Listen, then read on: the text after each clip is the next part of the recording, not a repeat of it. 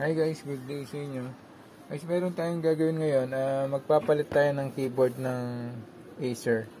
Kasi guys, nagmamalfunction na to. So, magpapalit tayo ng bago. So, ngayon, gagawin natin, disassemble muna. How to disassemble keyboard. Okay guys. Ito, itong kasing ito, guys, naka-attach siya sa mismong panel. So, hindi natin siya mabubunot dito sa labas. So, yung gagawin natin, sa loob natin siya bubuksan, doon natin siya tutuklapin to. Okay guys, umpisan na natin.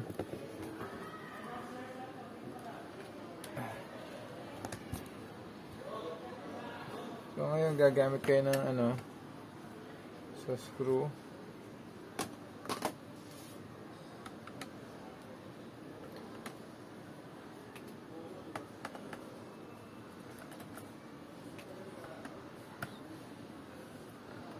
So, kakalagay nyo muna guys yung yung pinaka back cover nung laptop nyo. So, kailangan nyo lang gamitin guys, meron lang kayong screwdriver, yung pa cross.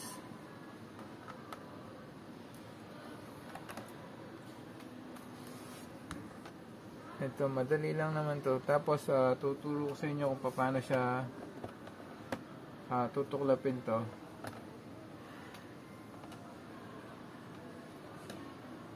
So ito guys, natanggal na natin lahat ng mga mga screw nya. So ngayon gagawin nyo, nyo siya, yan. Medyo itatagilid nyo siyang ganyan. Tapos gagamit tayo guys ng gagamit tayo ng knife na pang fry. So yung pinakagilid nya, so kung makikita nyo yung pinaka edge nya rito, meron siyang so yung gagawin natin. Okay.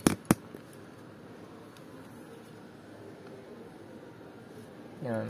So i-insert nyo lang to, yung pinaka tip ng knife nyo. So yan. Tapos ilulugan nyo siya. Yan. Ayan. So ito, natanggal na natin yung back cover nya. So ngayon gagawin natin, eto na. So ito guys, maraming components tatanggalin mo muna dito bago mo matanggal yung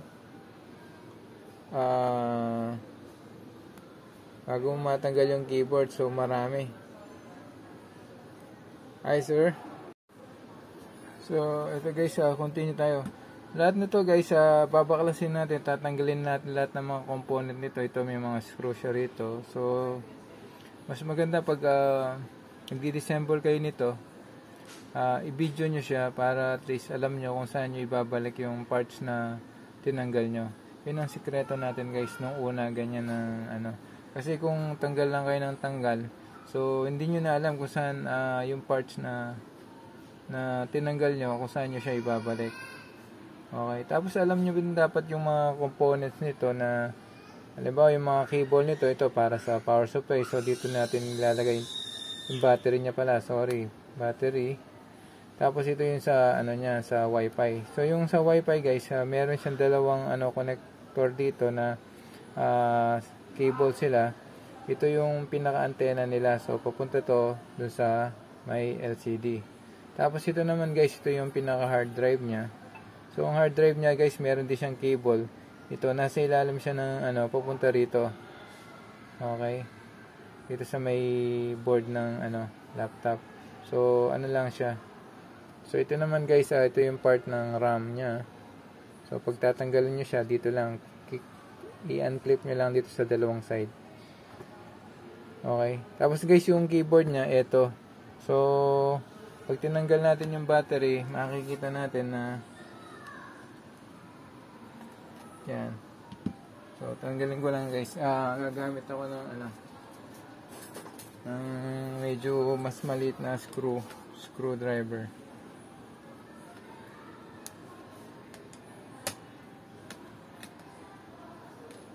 So yan. So ito guys, ito na yung makikita nyo yung flex ng keyboard natin. Ito siya. So pag tatanggalin nyo to guys, i-flip nyo lang itong pinaka-socket nya rito, pinaka-lock nya dito sa may taas. So tapos hihilahin nyo lang. So ito, yan. Kaya lang guys, hindi natin matatanggal tong ano na to, itong keyboard na to hangga't hindi natin tinatanggal yung the whole thing. Yung keyboard niya, ay itong pinaka board niya. So tapos ito yung pinaka pan niya, yung pan niya, meron din siyang ano, socket wire na pupunta rito din sa board niya dito. Okay. So start na natin siya. So ito yun sa speaker naman niya. Guys, dito siya. Tapos magtatanggal na lang tayo dito. Ito tatanggalin natin.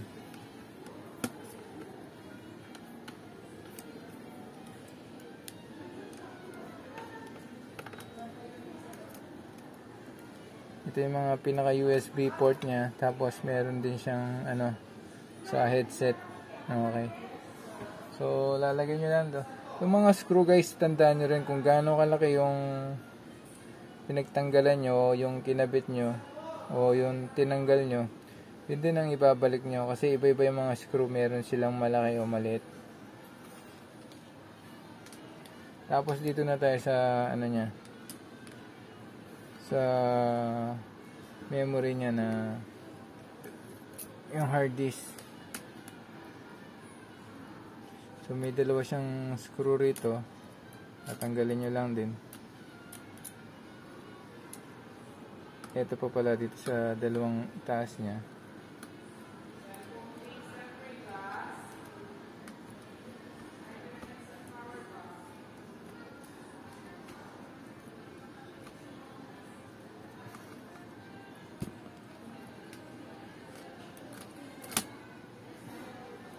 Tapos guys, so tatandaan nyo rin, silver sila.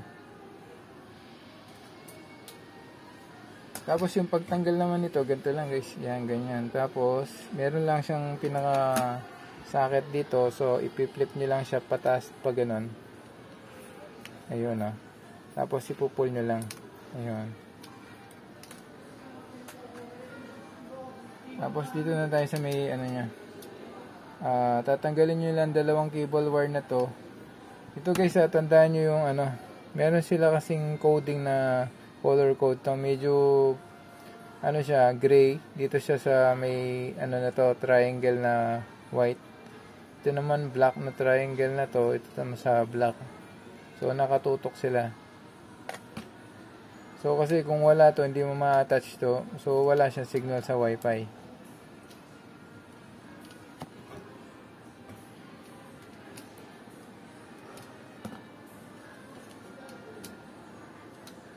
Yan. Guys, to parang ano lang din to, parang socket sila. Ayan. So kung makikita nyo guys, ito, ayun, parang may maliit sila na ano, pabilog na pag pinasok mo sila dito sa socket ng wifi, so magki-clip sila. Okay. Tapos dito na tayo sa ano naman, sa mismong pan niya. So yung pan niya, bubunutin mo muna dito yung pinakasakit ng power niya, yan. Tapos meron siyang dalawang screw rito, 1, 2.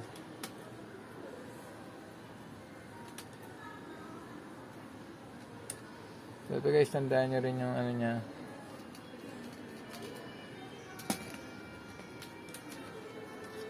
So ayan, malapit na tayo. So guys, ito hindi basta-basta natin mapupultot. So gagamit tayo ng ano dito, talagang pantuklap dito sa keyboard niya bago natin matanggal. So mamaya pakikita ko sa inyo, basta ano lang kayo, stay tuned lang kayo guys. Tapos dito na tayo sa cable ng ano niya. Dito naman cable ng mouse niya, ito nito. So tatanggalin nyo lang siya. So unplug nyo lang siya. So, tapos stay nyo lang siya rito, huwag nyo na kailangan tanggalin kung hindi naman nasasagasaan dito sa parting keyboard na to. Kasi itong the whole thing na nasa ilalim ito yung keyboard. Tapos dito guys, makikita nyo, meron dito na ito yung ano nya, LCD na wire nya. So dahan-dahanin nyo lang din, medyo sensitive to. Meron siyang naka-anong plastic dito. So tatanggalin nyo lang yung pinaka cover ng plastic nya. Ayun. Ayun, yung plastic niya. Tapos meron siyang clip dito. So, i-unclip nyo lang siya. Yan. Ayun, tapos ipupul nyo siya. So, medyo manipis to guys. Daan-daanin yung pinaka ano niya. So, tapos dito, kakalagin nyo yung pinaka screw ng pinaka ano niya, LED. So, dito rin, meron din siya.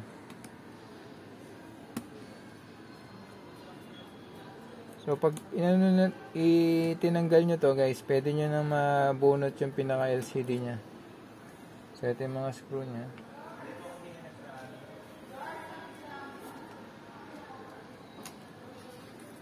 So, yan, medyo iangat nyo lang ng konti guys.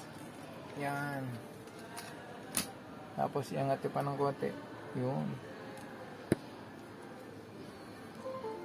Tapos, pag inangat nyo ng konti guys, ito, medyo, ano nyo lang. Ayan. So, na-separate na natin yung pinaka board nya sa LCD nya or LED. Guys, ito kasi LED na to kasi manipis na sila. So, yung mga LCD guys, yung makakapal yung ano nya. So, dito na tayo ulit. So, sa board naman tayo. Ito guys, sa board nya. Ito, tatanggalin. So guys, pag binidyo ko to na in-upload ko, hindi ko na i-upload kung paano ibabalik to. So, tandaan nyo na lang guys kung saan nyo tinanggal yung mga screw, doon nyo rin naman ibabalik. Okay, dito may makikita kayong screw na ganito, parang manipis sila. So, ito yung para sa board nya. Kulay black. So, ayan, malapit na tayo guys, konti na lang. So, ayan o, natanggal na yung 5.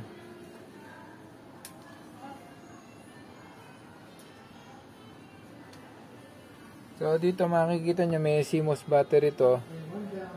Guys, ito, nakasakit siya dito. Ayan. So, ito kasi kailangan yung CMOS na to guys. Ito yung CMOS ng BIOS nya.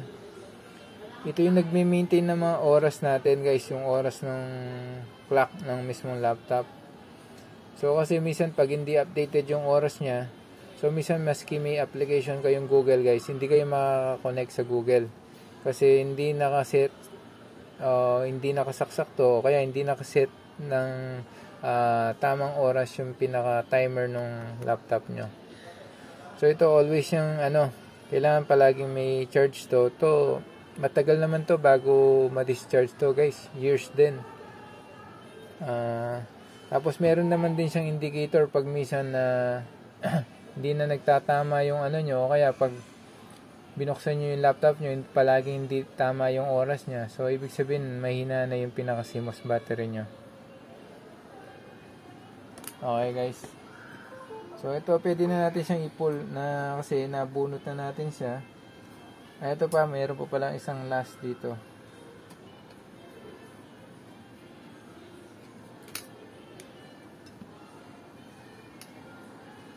So, ayan. So, natanggal na natin itong board niya. So, kita natin, ang dumi na ng nito. Meron siyang parang pinakatama yung pinaka niya. So, at least ito, natanggal na natin guys. So, lilinisin lang naman natin itong mga to. Okay. So, ito, ganito guys, pagtanggal nito, ganito siya.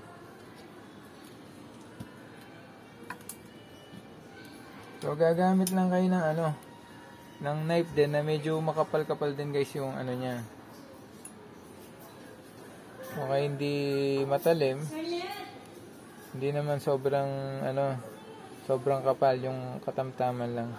So, tapos gagawin nyo guys, nyo lang dito, i-insert nyo siya sa pinakagilid nya, na maririnig nyo naman na nag-unclip na siya.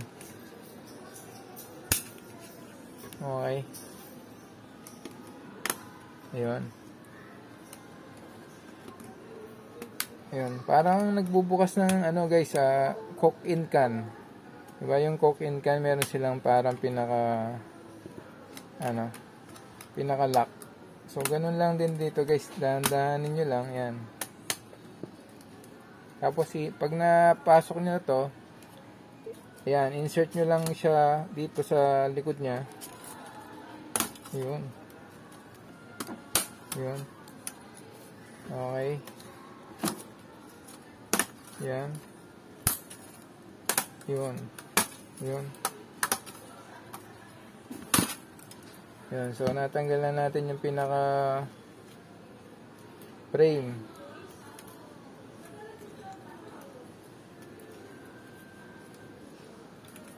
So, ito guys, meron siyang ano rito. Parang itong silver na to, kung nakikita nyo siya. Itong pinaka sticker, ano niya to. Ito yung ground to guys. Ground to na pupunta dito sa board. Pupunta dito sa ground ng ano. Kaya, ano nyo rin to guys, huwag nyo basta-basta pipilasin. So, tatanggalin nyo lang. Tapos, pag nandun na ulit yung board nyo, nakakabit nyo na, huwag nyo kalimutan na ikabit. So, yun ang nagsisilbing conductor niya or ground niya papunta dito sa mousepad. Yung mousepad kasi dito guys, ito yung pinaka ano niya. So, mousepad to, ito.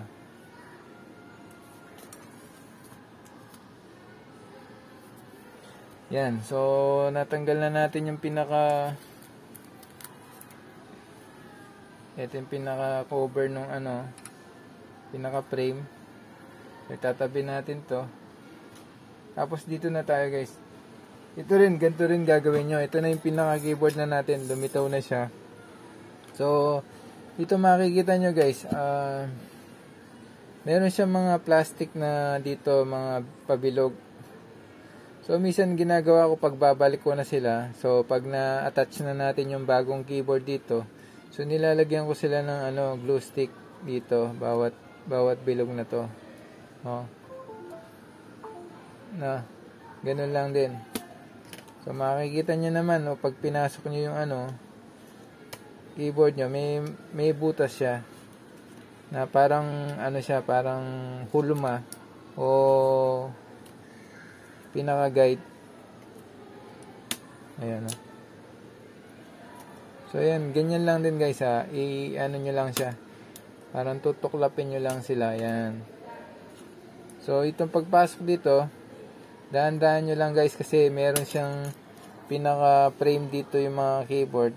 So, baka maputol nyo to. So, mas maganda dahan-dahanin nyo.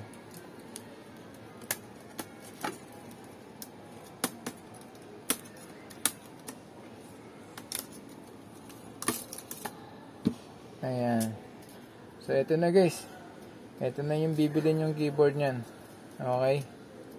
So, ganun guys, tapos, pag ibabalik nyo, pag may bago na kayong keyboard, so, ganun lang yung gagawin nyo guys, ibabalik nyo to, tapos yung sinasabi ko sa inyo, may mga butas yan, yung mga butas na yan. So, meron din silang guide dito na papasok yung butas dito. So, pag napasok nyo na siya ng ganyan, ito na yung pinaka, ano niya, butas niya. So, lalagyan nyo sila ng glue stick, para dumikit to, hindi basta-basta na tatanggal. O hindi basta-basta lumulubog yung keyboard nyo guys. Okay guys, ito lang. Sana may natutunan kayo kung paano natin tinanggal to. Palaging watch lang kayo sa channel natin guys. Marami kayong matututunan regarding sa mga laptop, printer, desktop, digicam. Okay guys, God bless sa inyo. Thank you and bye.